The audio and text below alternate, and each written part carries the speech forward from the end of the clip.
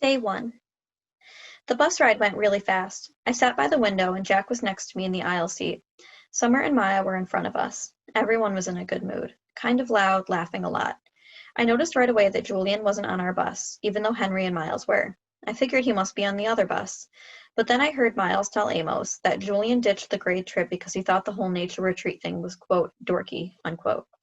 I got totally pumped because dealing with Julian 3 days in a row and 2 nights was the major reason why I was nervous about this whole trip. So now, without him there, I could really just relax and not worry about anything. We got to the nature reserve around noon. The first thing we did was put our stuff in the cabins. There were 3 bunk beds to every room, so me and Jack did rock, paper, scissors for the top bunk, and I won. Woohoo! And the other guys in the room were Reed, Tristan, Pablo, and Nino. After we had lunch in the main cabin, we went on a 2-hour guided nature hike through the woods. But these were not like the woods I have in Central Park. These were real woods. Giant trees that almost blocked out the sunlight, tangles of leaves and fallen tree trunk, howls and chirps of really loud birds. There was a slight fog, too, like a pale blue smoke all around us. So cool. The nature guide pointed out everything to us, the different types of trees that were passing, the insects inside the dead logs on the trail, the signs of deer and bears in the woods, and what type of birds were whistling, and where to look for them. I realized that my Lobot hearing aids actually made me hear better than most people, because I was usually the first person to hear a new bird call. It started to rain as we headed back to camp. I pulled on my rain poncho and pulled up the hood so my hearing aids wouldn't get wet, but my jeans and shoes got soaked by the time we reached our cabins. Everyone got soaked. It was fun though. We had a wet sock fight in the cabin.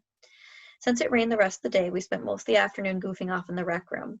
They had a ping pong table and an old-style arcade games like Pac-Man and Missile Command, and we played until dinner time. Luckily by then it had stopped raining, so we got to have a real campfire cookout. The log benches around the campfire were still a little damp, but we threw our jackets over them and hung them by the fire, toasting s'mores and eating the best roasted hot dogs I have ever tasted.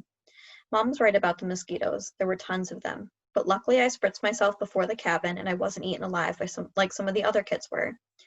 I loved hanging out by the campfire after dark. I loved the way bits of fire dust would float up and disappear into the night, and how the fire lit up people's faces.